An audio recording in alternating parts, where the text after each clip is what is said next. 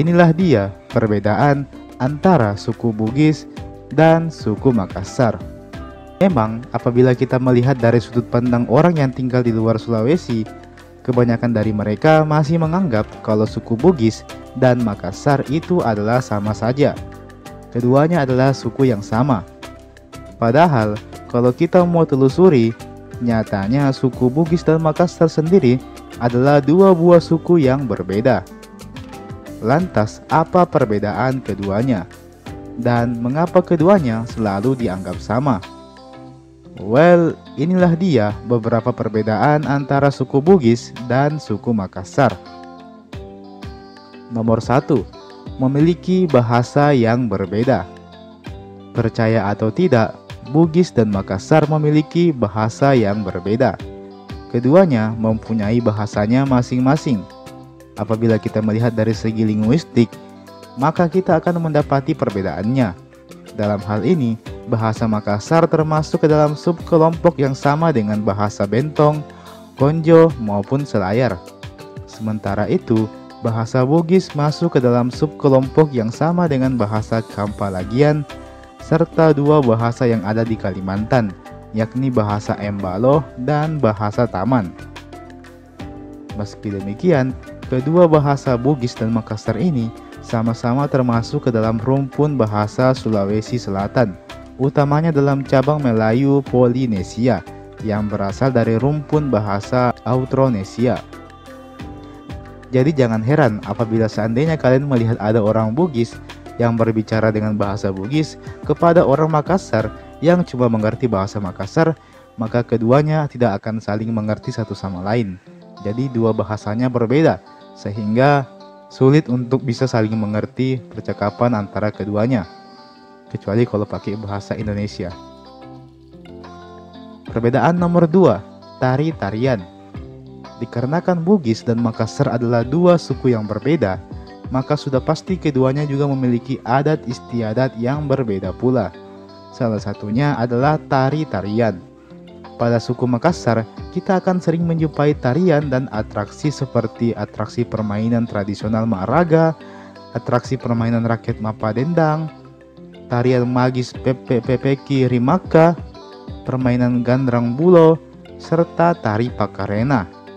Sedangkan pada suku Bugis sendiri, kita akan menjumpai tari-tarian seperti tari Patenung, tari Pajoge, tarian ritual Bisu Magiri, tari Pelangi, serta tari Padupa Bosara. Memang apabila kita menengok kembali, baik suku Bugis maupun suku Makassar, keduanya adalah dua suku yang berbeda. Keduanya memiliki ciri khas dan budayanya masing-masing. Namun meskipun begitu, berkat adanya akulturasi yang mengakibatkan percampuran kebudayaan di Sulawesi Selatan, sehingga mengakibatkan masyarakat banyak yang menganggap bahwa Bugis itu adalah Makassar dan Makassar itu adalah Bugis. Keduanya adalah suku yang sama, itu pemikiran masyarakat. Selain itu, pemikiran bahwa Bugis dan Makassar adalah suku yang sama juga erat kaitannya dengan hubungan antara kerajaan Goa, Bone, dan Wajo yang terjalin dengan baik kala itu. Selain itu, kedua suku ini juga dikenal dengan pandangan atau prinsip hidupnya yang sama, yakni bersifat hierarkis namun juga modernis. Keduanya sama-sama kompetitif sekaligus berkompromi. Kedua suku ini sangat menjunjung tinggi kehormatan mereka. Bila kehormatan mereka sampai tercoreng, maka mereka akan bersedia melakukan apapun demi mengembalikan kehormatan mereka, bahkan meskipun harus dengan jalan kekerasan sekalipun. Sifat ini sering juga dialibikan dengan istilah siri. Kalau kita lihat ini mirip-mirip dengan Bushido-nya orang Jepang ya teman-teman. Jadi di Jepang itu ada Bushido, dan di Sulawesi Selatan, di Makassar dan Bugis ada yang namanya siri. Meski begitu, suku Bugis dan Makassar juga dikenal sebagai suku yang sangat setia kawan. Bugis dan Makassar juga dikenal sebagai suku yang pemberani, cerdas, serta taat dalam beragama.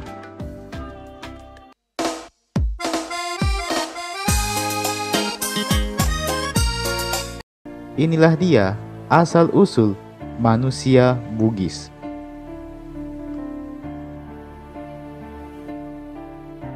Suku Bugis merupakan salah satu suku paling dikenal di Indonesia. Suku ini dikenal dengan keahliannya dalam berlayar hingga ke berbagai belahan dunia. Suku Bugis sendiri adalah suku yang berasal dari kelompok Deutero Melayu yang masuk ke wilayah Nusantara setelah adanya gelombang migrasi pertama dari daratan Asia di Yunan. Kata Bugis sendiri berasal dari kata Tougi yang artinya orang Bugis. Kata Ugi ini merujuk kepada seorang raja dari kerajaan Cina yang dulunya berada di Pamana atau kalau sekarang dikenal dengan Kabupaten Wajo. Beliau bernama La Satumpugi. Jadi, Tougi sendiri juga dapat diartikan sebagai pengikut La Satumpugi.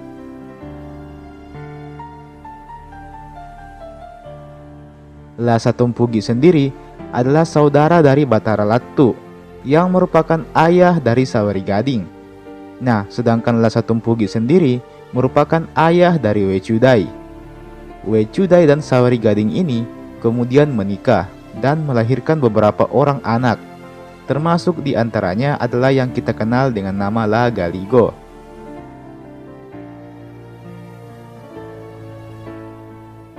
Nah, sebagaimana yang ditulis dalam karya sastra Ila Galigo sendiri, tertulis di situ mengenai Saweri Gading Opu Naware, yang merupakan kisah dari Saweri Gading. Dari sebuah komunitas yang dipimpin oleh Saweri Gading ini, kemudian berkembanglah menjadi beberapa kerajaan Bugis klasik yang memiliki tradisi dan budaya yang mereka kembangkan secara sendiri-sendiri.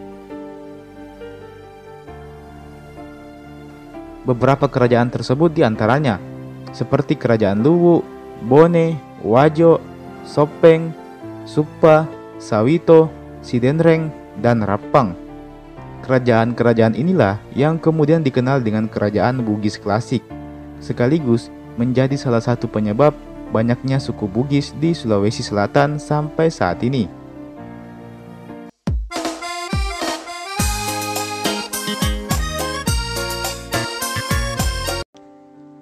Sebagai suku yang paling banyak mendiami Sulawesi Selatan, suku Bugis tentu memiliki banyak sekali budaya yang tersohor ke berbagai daerah di Indonesia. Suku Bugis disebutkan memiliki banyak sekali keunikan, mulai dari tradisi pernikahannya, pakaian, rumah, atau senjata adatnya, hingga yang paling menarik menurut saya adalah prinsip hidup mereka. Prinsip hidup suku Bugis ini dikenal juga dengan istilah Siri Napace. Siri Napace inilah yang akan mengantarkan kita kepada alasan mengapa suku Bugis banyak yang merantau ke berbagai daerah di Indonesia dan bahkan dunia. Setidaknya ada beberapa alasan di balik merantaunya orang-orang Bugis ini ke berbagai daerah di Indonesia. Yang pertama, pengembalian harga diri. Siri Napace bisa juga dianggap sebagai harga diri yang dimiliki oleh setiap orang Bugis. Hal ini membawa kita kepada sebuah kebudayaan Bugis pada masa kerajaan. Sebagaimana yang dikemukakan oleh Matulada, seorang antropolog yang menjelaskan bahwa pada masa itu, apabila ada seorang raja di kerajaan yang bercorak Bugis yang berbuat sewenang-wenang, maka rakyat memiliki dua pilihan. Yang pertama, menurunkan raja tersebut, atau yang kedua, meninggalkan raja tersebut. Banyaknya orang Bugis yang pergi meninggalkan daerahnya kala itu adalah karena mereka tidak setuju dengan kebijakan raja yang dianggap sewenang-wenang. Olehnya itu, orang-orang Bugis ini merasa tertindas dan tidak dihargai sebagai rakyat. Atas dasar itulah mereka kemudian pergi merantau ke tempat lain dan menghindari raja mereka. Seiring dengan berjalannya waktu, orang-orang Bugis di perantauan ini kemudian menikah dengan orang-orang lokal di sana, beranak pinak hingga membentuk keluarga dan pada akhirnya menjadi sebuah komunitas suku Bugis di tempat tersebut. Selain karena ditindas oleh sang raja, migrasi Bugis kala itu juga terjadi karena adanya konflik berkepanjangan antar kerajaan-kerajaan yang ada di Sulawesi Selatan. Bentrokan antara kerajaan Goa dan Bone adalah salah satu contohnya. Masyarakat yang merasa terancam akan menjadi korban perang memutuskan untuk pergi dan mencari perlindungan di daerah lain. Sebenarnya hal ini juga berlaku di zaman penjajahan kemarin, di mana banyak orang-orang Bugis yang merasa tidak aman di daerahnya karena adanya kolonialisasi dari Jepang ataupun Belanda. Tak ayal, hal itu membuat orang-orang Bugis ini melarikan diri dan mencari tempat perlindungan yang aman, bahkan sampai ke luar negeri seperti Singapura dan Malaysia. Yang kedua, alasan ekonomi. Tak dapat dipungkiri, masalah ekonomi kerap kali menjadi hal yang sangat menyulitkan orang-orang pada waktu itu. Suku Bugis awalnya dikenal sebagai suku yang mayoritas masyarakatnya bertani dan juga sebagai nelayan. Namun, karena tuntutan ekonomi, sehingga mereka memutuskan untuk menjadi seorang pedagang. Dan para pedagang ini kemudian pergi merantau ke berbagai daerah demi menjual barang dagangannya. Tak sedikit dari pedagang-pedagang Bugis tersebut sukses di negeri orang, hingga akhirnya dia memutuskan untuk menetap saja di sana, menetap di perantauan, dan kemudian membentuk keluarga baru di sana. Yang ketiga, background pelaut. Suku Bugis memang dikenal sebagai suku yang pandai dalam urusan pelayaran. Kapal pinisi yang mereka gunakan selalu mampu mengarungi lautan demi kepentingan ekonomi ataupun mencari perlindungan, serta berkat kemampuan melaut mereka yang ulung, maka tak ayal banyak orang-orang Bugis yang sanggup berlayar hingga ke berbagai belahan dunia pada waktu itu. Yang keempat, pendidikan. Saya tambahkan lagi satu alasan untuk melengkapi pembahasan kita pada hari ini. Alasan pendidikan juga erat kaitannya dengan fenomena perantauan suku Bugis di negeri orang. Apalagi di zaman sekarang ini. Pendidikan adalah suatu hal yang penting bagi siapapun. Orang-orang Bugis dan juga orang-orang dari suku lain di Sulawesi Selatan banyak yang merantau demi mengejar pendidikannya, mulai dari keluar daerah hingga ke luar negeri sekalipun. Dan ya, itulah tadi 4 alasan utama mengapa suku Bugis banyak ditemukan di berbagai tempat. Di masa lalu, mereka mungkin mencari perlindungan. Ada yang diusir, ada yang melarikan diri. Ada pula yang merasa tak terima dengan kebijakan rajanya, sehingga pergi merantau demi menjaga harga dirinya. Dan ada juga yang menjadi korban perang, dan tentu saja di masa ini ada yang pergi demi mencari rezeki sebagai pedagang. Dan terakhir sebagai seorang pelajar yang menuntut ilmu, padahal ilmu tidak bersalah.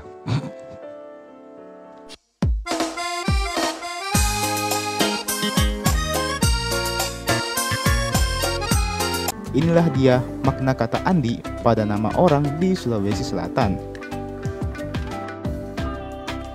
Sebagian dari kita yang merupakan orang asli Sulawesi Selatan mungkin sudah tahu makna dari kata Andi ini. Bahkan tidak menutup kemungkinan beberapa di antara kalian yang menonton video ini mungkin mempunyai kata Andi pada namanya. Nah, tahukah kalian kalau memang di Indonesia ada banyak sekali orang yang mempunyai nama Andi? Meski begitu, untuk di Sulawesi, khususnya Sulawesi Selatan, nama Andi ini punya makna tersendiri dan bukan hanya sekedar nama biasa saja. Tahukah kalian kalau sebenarnya kata Andi ini awalnya merupakan sebuah gelar kebangsawanan. Jadi sebenarnya tidak sembarang orang boleh menggunakan nama Andi ini. Bagi kalian yang saat ini punya nama Andi dan juga orang Sulawesi Selatan, maka besar kemungkinan kalian adalah keturunan bangsawan. Mungkin ada kerabat dari kakek atau nenek atau orang tua kalian yang dulunya adalah seorang bangsawan. Tapi tahukah kalian sejak kapan nama Andi ini mulai digunakan? Nah, dilansir dari Historia, nama Andi ini mulai diberlakukan pada zaman pemerintahan kolonial Belanda masih berkuasa di Indonesia. Pada saat itu, pihak Belanda ingin mengintervensi kerajaan-kerajaan yang ada di Sulawesi Selatan dalam rangka untuk merekrut tenaga kerja di Sulawesi Selatan yang mempunyai kemampuan baca dan juga kemampuan menulis. Untuk itu, Belanda kemudian mendirikan sekolah di Makassar, yang sebagaimana kita ketahui bahwa pada zaman penjajahan itu, hanya anak-anak dari kalangan bangsawan saja yang boleh bersekolah pada waktu itu. Walhasil, hal yang sama pun juga terjadi di Sulawesi Selatan. Sekolah yang didirikan oleh Belanda di Makassar itu hanya boleh diikuti oleh anak-anak dari kalangan bangsawan saja. Dan kemudian anak-anak bangsawan yang berhasil menamatkan sekolah inilah yang kemudian akan diberi gelar Andi di depan namanya. Sebenarnya, sebelum pemerintah kolonial Belanda berkuasa, setiap bangsawan maupun raja-raja tidak pernah menyematkan kata Andi di depan nama anaknya. Adapun kata-kata yang biasanya disematkan pada si anak adalah kata la ataupun i untuk anak laki-laki dan w untuk anak perempuan. Sedangkan untuk gelar kebangsawanan biasanya digunakan kata opu, daeng, karaeng, arung, bau, atau puang yang berlaku sesuai dengan daerah dan wilayahnya masing-masing. Meski demikian, kata Andi sekarang sudah tidak begitu dianggap lagi sebagai sebuah gelar kebangsawanan. Pasalnya, sekarang sudah bukan lagi zaman kerajaan seperti kayak dulu. Sekarang, baik keturunan bangsawan maupun rakyat biasa mempunyai hak yang sama dalam belajar, bekerja, dan juga berkontribusi di masyarakat. Dan tidak begitu.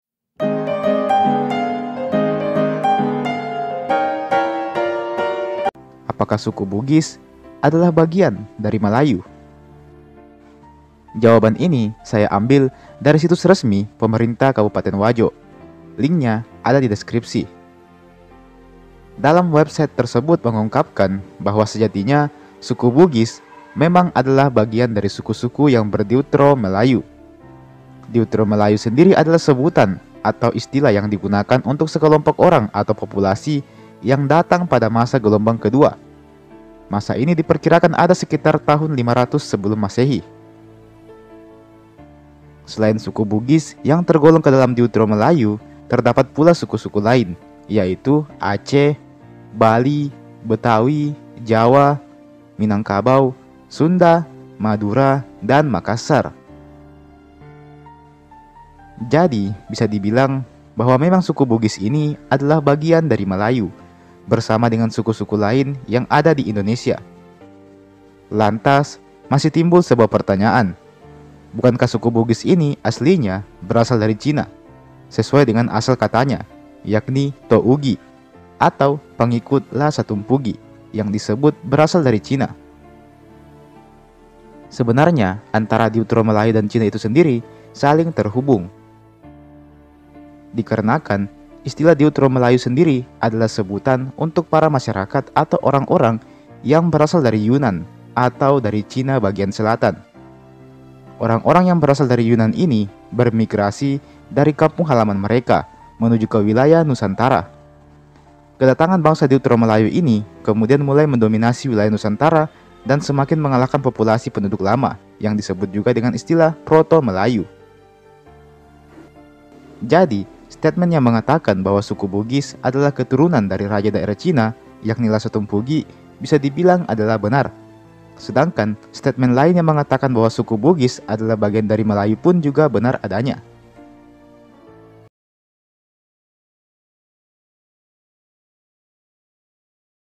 Inilah dia Siri Napace sebagai prinsip hidup suku Bugis dan Makassar. Siri Napace ini adalah salah satu nilai budaya yang berasal dari suku Bugis dan Makassar. Meski begitu, ungkapan Siri Napace ini sendiri juga akrab pada suku-suku lain yang ada di Sulawesi Selatan, seperti Mandar dan Toraja. Istilah Siri Napace ini sejak dulu telah menjadi suatu hukum, falsafah, dan prinsip hidup bagi suku Bugis, Makassar, dan umumnya masyarakat di Sulawesi Selatan itu sendiri. Kata Siri apabila diartikan ke dalam bahasa Makassar maupun Bugis berarti rasa malu, sedangkan Pace dapat diartikan sebagai tidak tega, kasihan, atau rasa iba. Secara garis besar, Siri Napace itu dapat diartikan sebagai rasa malu dan juga rasa kasihan. Malu di sini merujuk pada tidak melakukan tindakan yang dapat mencemarkan nama baik keluarga, suku, maupun diri sendiri. Serta kata Pace atau kasihan ini merujuk pada tindakan saling tolong-menolong dan juga kesetiakawanan. Siri Napace ini telah mengajarkan suku Bugis dan Makassar tentang moralitas, tentang setiap manusia yang harus selalu menjaga serta mempertahankan kehormatannya. Nah, tahukah kalian kalau istilah Siri Napace ini sendiri dibagi lagi ke dalam 4 buah kategori? Mari kita bahas satu persatu. Yang pertama adalah Siri Ripaka Siri. Siri Ripaka Siri ini berhubungan dengan harga diri seseorang ataupun keluarganya. Siri jenis ini adalah siri yang pantang untuk dilanggar bahkan meski harus mempertaruhkan nyawa sekalipun. Sebagai contoh, pada zaman dulu, apabila ada seorang anggota keluarga yang membawa lari gadis lain alias kawin lari, maka si laki-laki maupun si perempuan tersebut dianggap telah menjatuhkan harkat dan martabat keluarganya.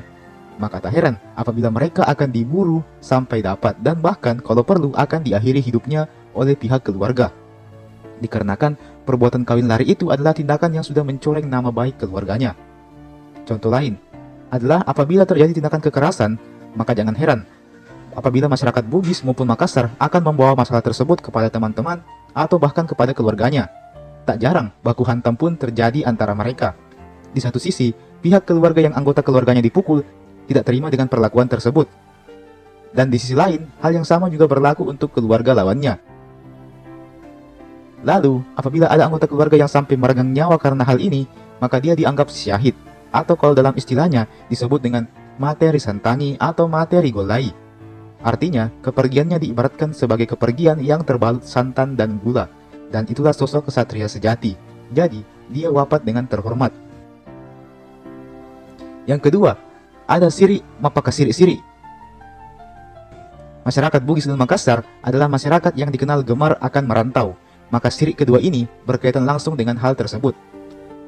Siri ini berfokus pada sifat pantang menyerah dalam mengejar impian. Walau harus menderita di perantauan, walau harus serba kekurangan di kampung orang, namun suku Bugis dan Makassar sendiri pantang dalam menyerah. Karena menyerah bagi mereka hanya akan menimbulkan rasa malu dan mencoreng nama baik keluarga. Olehnya itu, sekuat apapun rintangan yang mereka hadapi, mereka akan tetap maju walaupun harus menderita. Taku junga bangun turu, naku gunciri, gulingku kuale, hanggangi talangga na toalia. Yang artinya, begitu mata terbuka, arahkan kemudi, tetapkan tujuan kemana kaki akan melangkah, dan pasang tekad. Ada pula istilah lain orang Makassar, yakni, lebih baik tenggelam daripada balik haluan. Maksudnya, lebih baik menderita di perantauan daripada harus pulang tanpa membawa kesuksesan. Prinsip hidup ini juga bisa mencegah orang Bugis dan Makassar dalam berbuat hal-hal yang tercela di kampung orang, sehingga rasa disiplin dan sifat rajin akan terus tertanam dalam dirinya. Meski demikian, siri ini juga dapat bermakna sebagai saling tolong-menolong antar anggota keluarga demi menjaga harga diri keluarganya. Jadi, semisalnya ada salah satu anggota keluarga yang kesulitan, maka dia akan dibantu sama anggota keluarganya yang lain. Tentu saja dikarenakan harga diri tinggi yang dimiliki oleh keluarga tersebut, jadi mereka saling tolong-menolong satu sama lain. Yang ketiga, ada Siri Tapelda Siri atau Siri Tendeng Siri. Siri yang satu ini berhubungan dengan menepati janji. Jadi, semisalnya ada seseorang yang meminjam uang ke orang lain, maka tanpa harus ditagih sekalipun, orang tersebut akan langsung melunasi utangnya. Dan apabila dia tidak mampu menepati janjinya, maka itu artinya dia telah mempermalukan dirinya sendiri. Dan yang keempat adalah Siri Mate Siri. Siri ini berkaitan dengan keimanan seseorang. Artinya, apabila ada seseorang yang tidak beriman dan beribadah sesuai dengan agamanya masing-masing, maka dia dianggap sebagai bangkai hidup. Dia dianggap sangatlah hina dan tercela. Bangkai hidup artinya dia memiliki jasad namun tidak memiliki apa-apa di balik jasadnya. Jiwanya kosong.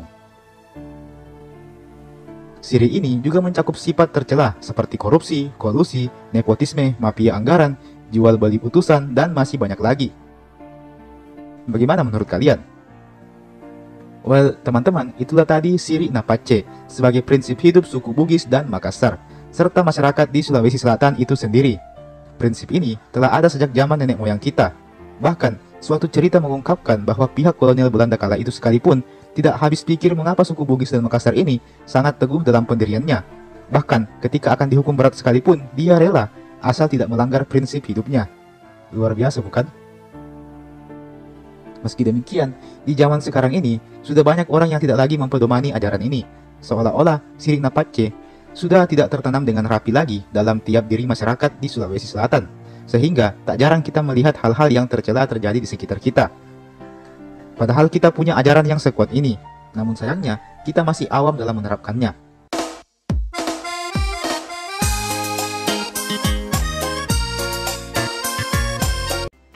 Kenapa uang panai mahal? Uang panai atau uang mahar merupakan salah satu tradisi khas dari suku Bugis dan Makassar. Uang panai menjadi budaya turun-temurun yang masih dilestarikan sampai saat ini. Jumlah uang panai sendiri terbilang beragam, tergantung siapa yang mau dinikahi, dan juga kesepakatan bersama antara kedua belah pihak. Mulai dari jumlah yang ringan sampai miliaran rupiah, uang panai pun menjadikan pernikahan suku Bugis dan Makassar menjadi salah satu pernikahan paling mahal di Indonesia. Entah kita harus bangga dengan rekor ini atau justru prihatin. Soalnya gara-gara ini juga banyak orang yang batal menikah.